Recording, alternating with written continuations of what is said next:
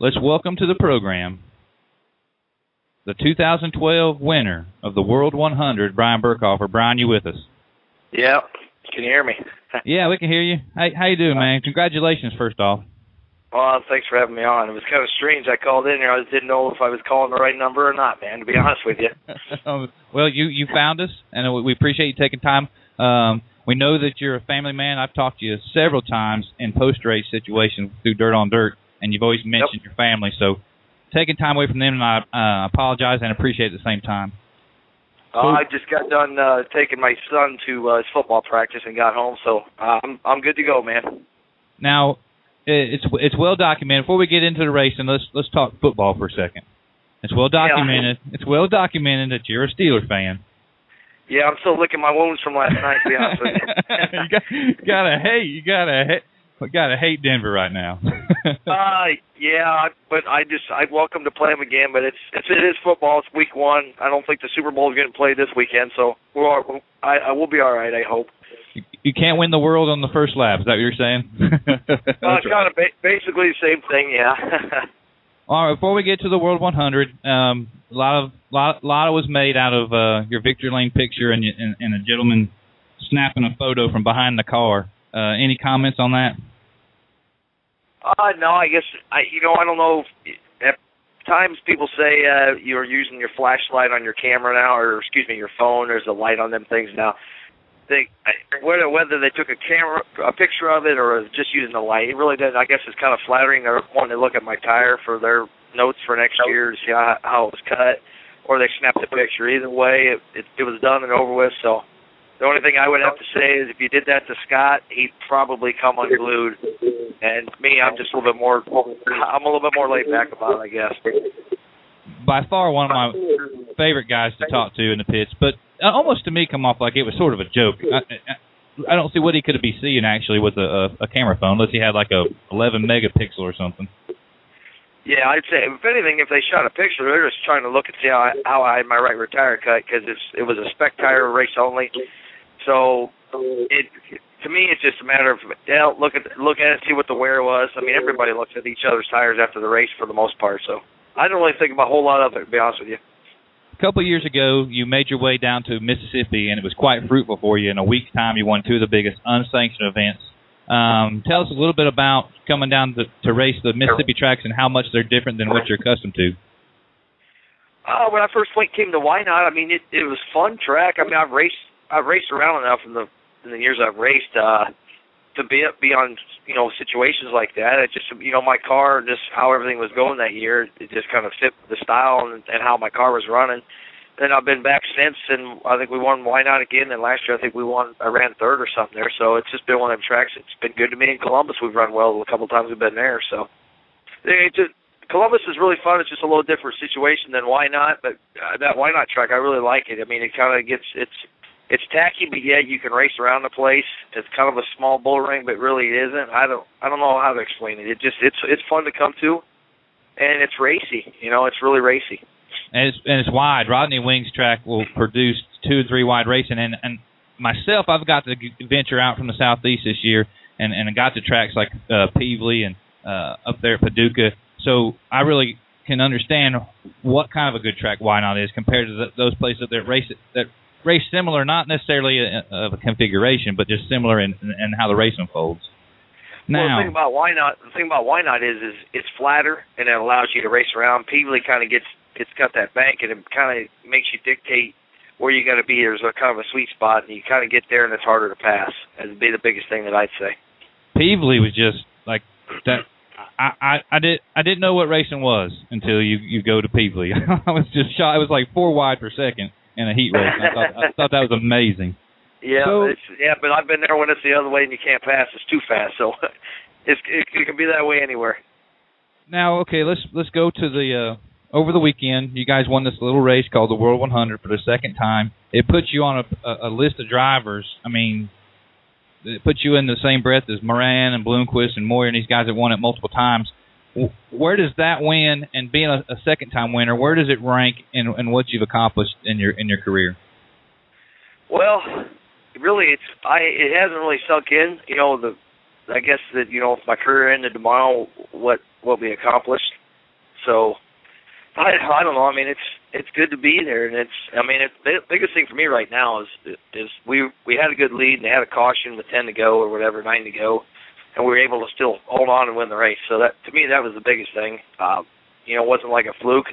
Don O'Neill had a good car and broke, so you never know what would have happened. I'm sure there's luck involved in every win you get, so I'm going to consider that a little bit lucky that I didn't have to race him to win it. But I'm not going to shy away from taking the money and having them gentlemen that had 5,000 make it 50,000 to win, biggest paying race that I've won in a while. So I'm definitely gonna enjoy it.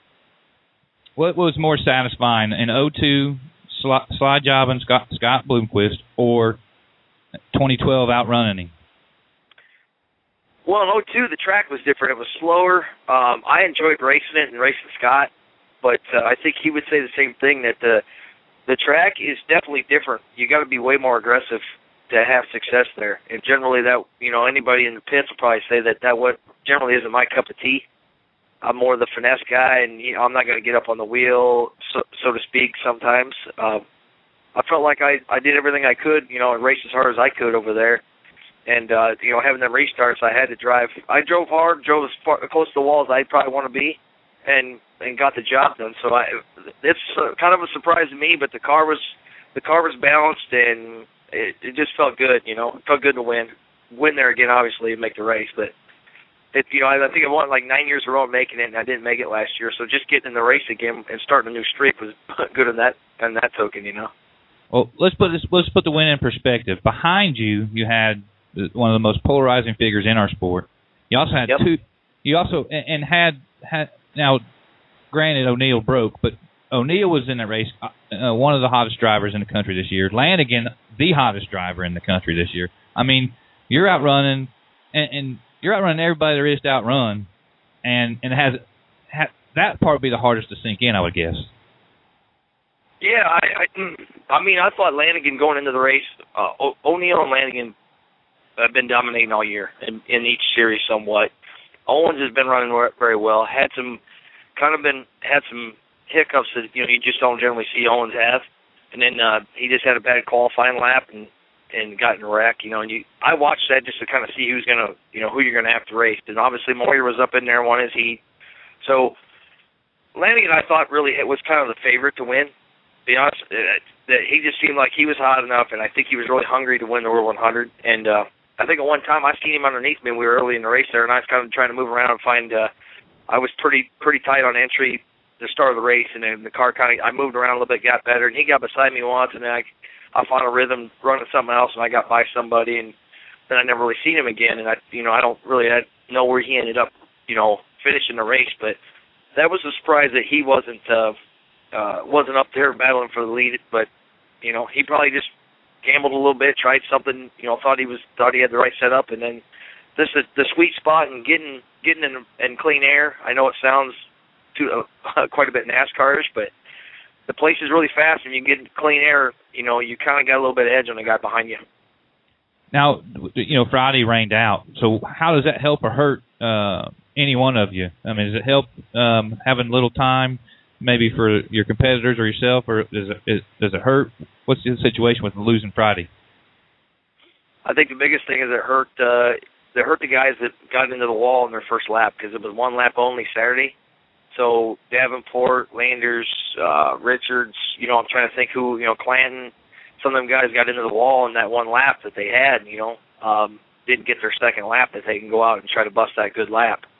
So, and we were fortunate to, I cut a decent lap. I think we ended up eighth quick. So, I watched some guys go into one. You're sitting on you're sitting in the pits there, kind of in line there, getting ready to go out and make your lap.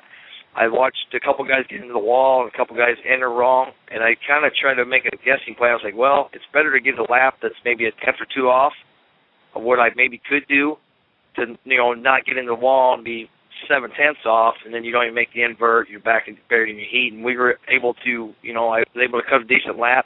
I had probably left a little bit on the table, but I didn't get into the fence either. So it all worked out, I guess. Today it's easy to say it all worked out, but that was my plan. Sitting there watching, getting ready to go make my lap.